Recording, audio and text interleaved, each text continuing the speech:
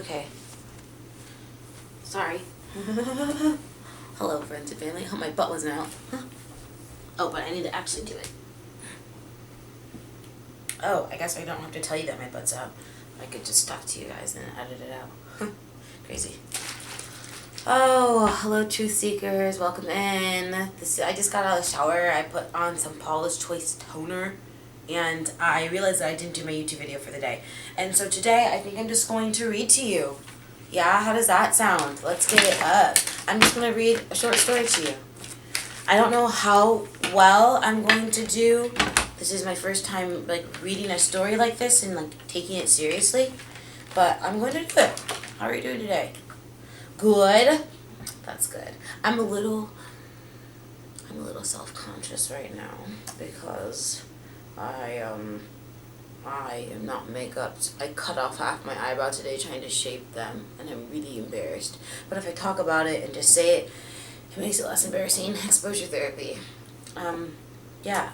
So I've been I want my life to continue to be as glorious and fun and free will as I've lived it my first 27 years, but just with a little bit more structure. A little bit more structure, darling. So I have been going through old documents to see, docs, I think it's in Drive, to see what did old Dauphin like. I've kind of the past couple years, the memories have been so loud and intense and transformative that I haven't really been paying attention. I have a paper from when I was living in Italy called Grandi Magazzini, because I took an Italian film and criticism class. Oh my gosh, my favorite movie in that was Rocco I Suoi Fratelli. Rocco and his brothers. I'm not fluent, but I can handle myself. Okay, Back in the Day, edited. Okay, we're gonna read it. It's called Back in the Day, and it's about, oh wait, one of them's way smaller than the other one. No, Back in the Day. Private to you. Cool. Back in the Day by Dauphin Yote. It's 1,358 words, I think.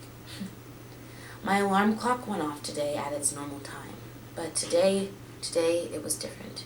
The love of my life isn't here to snooze it for me. He wasn't able to mix me my creamer with a splash of coffee. He wasn't there to peel the covers off me as I protested the early morning sun invading our room. He was gone. 57 years of marriage, all gently crushed by the inevitable. His funeral was today, and I was slowly coming to terms with it. Toby was always the positive one. I could never see the beauty in living, especially without him. A soft knock on our door, my door, broke me out of my thoughts. "Mama," the voice sang, "are you doing all right in there? We're about to head to the church now." I let out a deep sigh. I responded with a passive "not yet," but "why don't you come in?" Then heard the squeak of the heavy oak door. My daughter, Cassian, waltzed in like her dad, her long strides and delicate shoulders bringing an unquantified amount of energy to the room. She looked at me and smiled. Though her mannerisms were much like Toby's, she was a spitting facial image of myself. Her caramel skin sang a different song of melanin than mine, but there was no denying that girl was my daughter.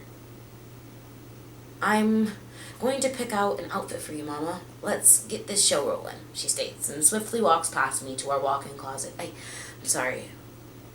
walk-in closet, and began rummaging through my stuff. I rest my eyes on a picture of him and I about 30 years prior to this morning. Oh, Mama. Oh, I messed up. This morning. "I ever tell you about how Daddy and I met?" I begin, lightly stroking the plush comforter below me. "No, Mama, you haven't. I guess it never came up," Cassian replies back hastily. I squirm at her tone, mumbling to myself, "Well, maybe if you found a husband, we would have something to talk about." Ignoring the sigh of frustration Cassie releases, I head back to my nostalgic state. Loving him felt easy, but Lord knows that it wasn't. We understood that we were doing back then many people in our community was frowned upon, but It was hard to fight against something that felt so right. We both grew up in a small Christian family, nothing but love and the Lord for everyone around us. It wasn't fit for us to be around each other so much, but seeing as my daddy was a deacon at the church, we had special privileges compared to the other black folk. 3 times a week, we would go down to St. Mary's Christian Reformed Church on Maple Drive and post up 10 pews deep in the back of the church, away from almost everyone.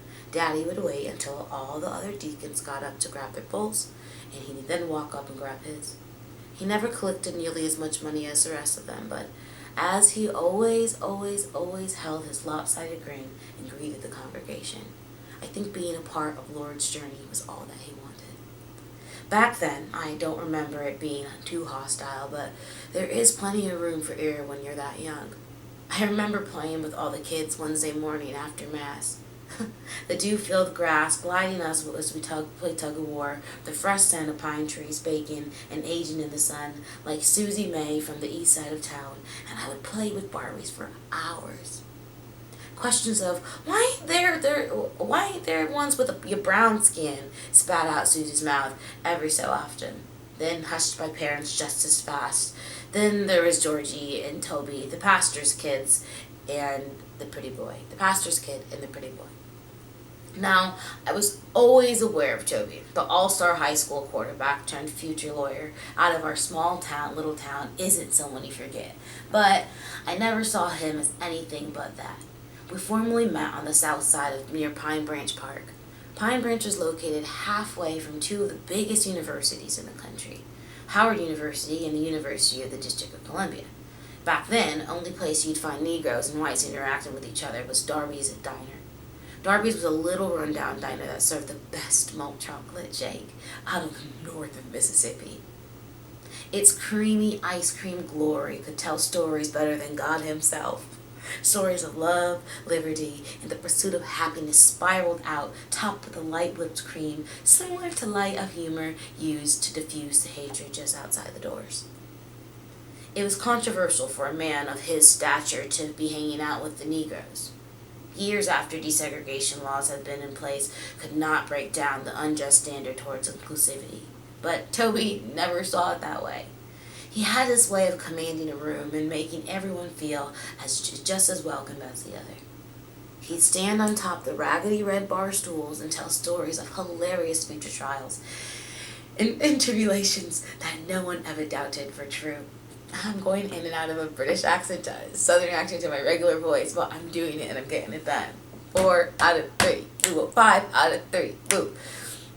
His cinnamon-like hair tossed distressed at the nape of his neck. He always was perfectness. I began to notice things about Toby that seemed arbitrary yet intoxicating every single time that I saw him. The way that he French tucked the front of his white tees into his dark blue Levi's could tell you what kind of day he was having, or how the worry lines on his forehead would crease when deciding what flavor shake he would get that day. Always falling back to the beloved chocolate, of course, with 2 cherries on top. His friends would chastise him with the inside joke, he likes his shakes like he likes his woman, always inducing a deep red blush to take over his face. His rosy cheeks would cast down as he played with a loose string that dangling from his worn pants. He just made things so easy.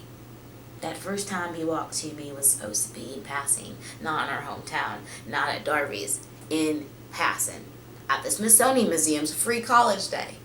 That's a mighty cute blouse you've got on, Miriam, he blurted out. Shocked that he even knew my name, I stumbled into the hairy woolly mammoth in the Ice Age exhibit. Its boar bristle hair adding another foreign sensation to my body. It was the way he said my name that got me. No matter how mad I was in the years to come, his southern drawl would have me on the floor. I lost it when he caught me. My body went into an overdrive as I reached out to firmly grasp his hand. He pulled me in so tight I felt nothing could stop me from spinning. They always say love at first sight ain't real, but damn did it feel like it was. The day I met him will forever be etched in my brain, my heart. I stopped and looked at my baby girl. Our baby girl. She seemed content, She drifted over and positioned herself crisscross applesauce next to me. We sat in silence for a while, both completely lost in our thoughts. Clothes in hand, she muttered a simple, "I'll miss him," and left the room. I grabbed the clothes and relaxed. It only seemed fitting to put on my Sunday best. He would always say, "If I see a single ounce of black on your body besides that beautiful skin, I'm going to hunt you from eternity, Miriam. Don't you dare think about it." The dark humor in me followed instructions up until choosing a hat.